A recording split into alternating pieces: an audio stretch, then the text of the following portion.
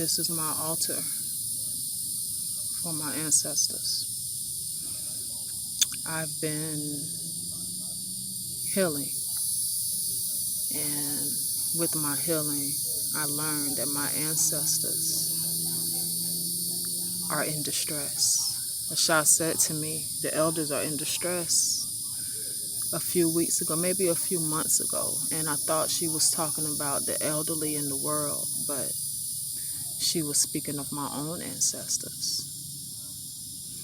both maternal and paternal. My bloodline has been suffering beyond this realm because of all of the healing, all of the false beliefs, all of the programming, and disobedience at the end of the day.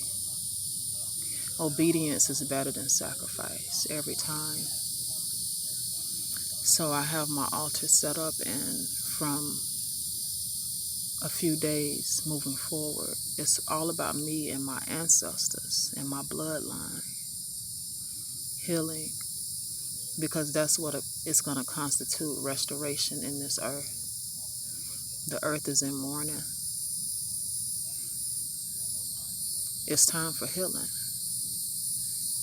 People talk about ascension and activating this and activating that, but I have learned without healing, releasing trauma and blockages, abuse, misuse,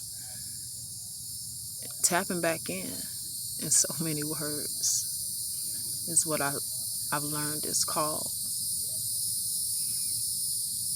Tap back in, because this is the final hour. Shalom.